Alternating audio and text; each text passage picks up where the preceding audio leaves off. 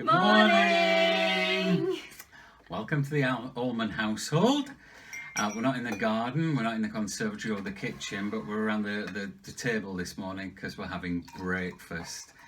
As you can see, some of us are dressed, some of us are not dressed, but hey, it doesn't matter, does it? I'm tucking into my favourite breakfast any day of the week, which is a nice bacon sandwich minus any sauce and a lovely cup of coffee. We each have favourite breakfasts in this household.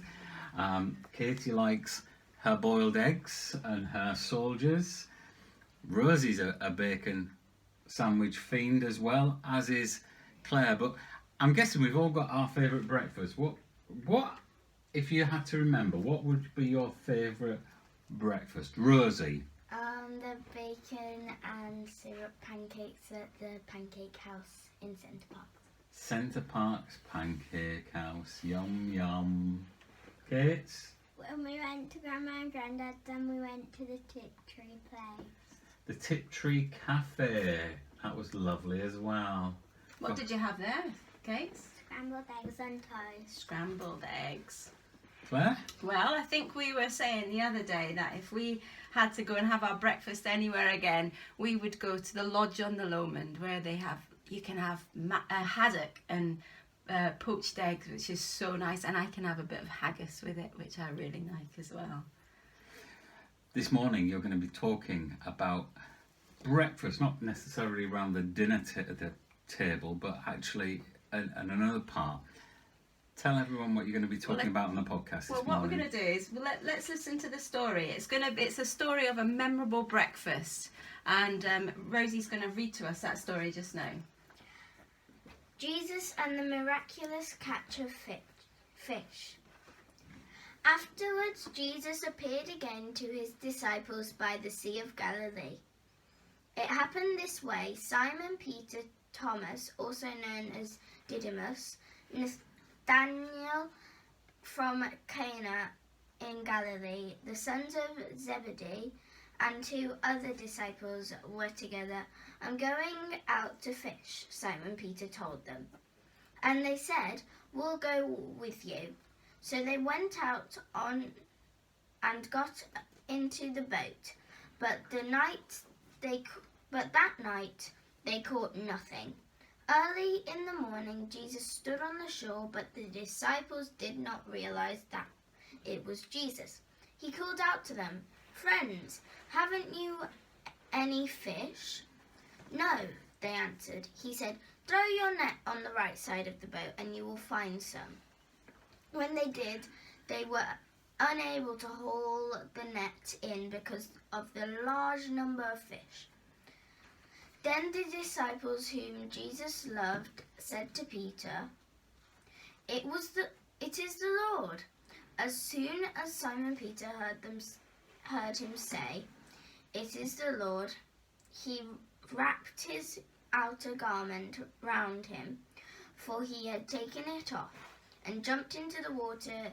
The other disciples followed in the boat, towing the net full of fish, for they were not far from the shore, about 100 meters. When they landed, they saw a fire of burning coals there with fish on it, and some bread. Jesus said to them, "Bring some of the fish you have caught." So Simon Peter climbed back into the boat and dragged the net ashore. It was full of large fish, 153. But even so, the net was not torn. Jesus said to them, "Come and have breakfast." None of his disciples dared ask him, "Who are you?" They knew it was the Lord. Jesus came, took the bread, and gave it to them, and did the same with the fish. So here's a story of these professional fishermen being given fishing lessons by a carpenter, and somehow they did what he said, even though they didn't know it was Jesus. And when they did, they realized the blessings, this abundant catch in the net of fish.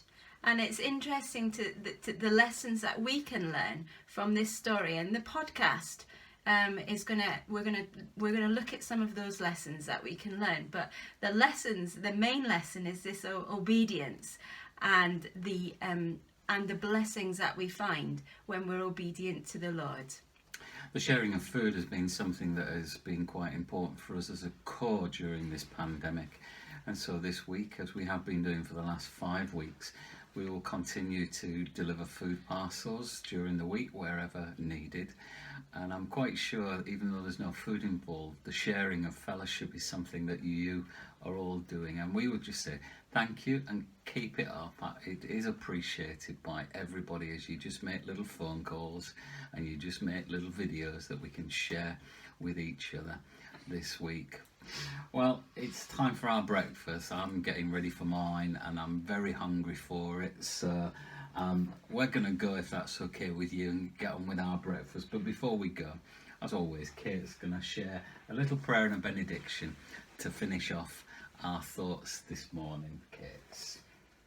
Dear Jesus, thank you for forgiveness and for feeding us and reminding us of your love.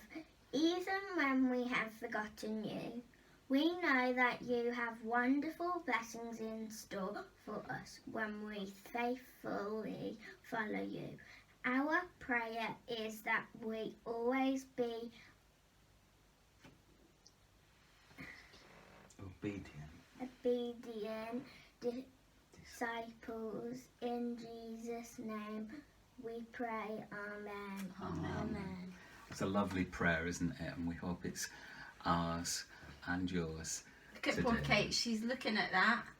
Her poor boiled egg's not going to be, her runny yolk's not going to be runny anymore. We better get going quickly so she can get her egg. So we're going to say goodbye. I'm going to tuck into my sandwich and my coffee.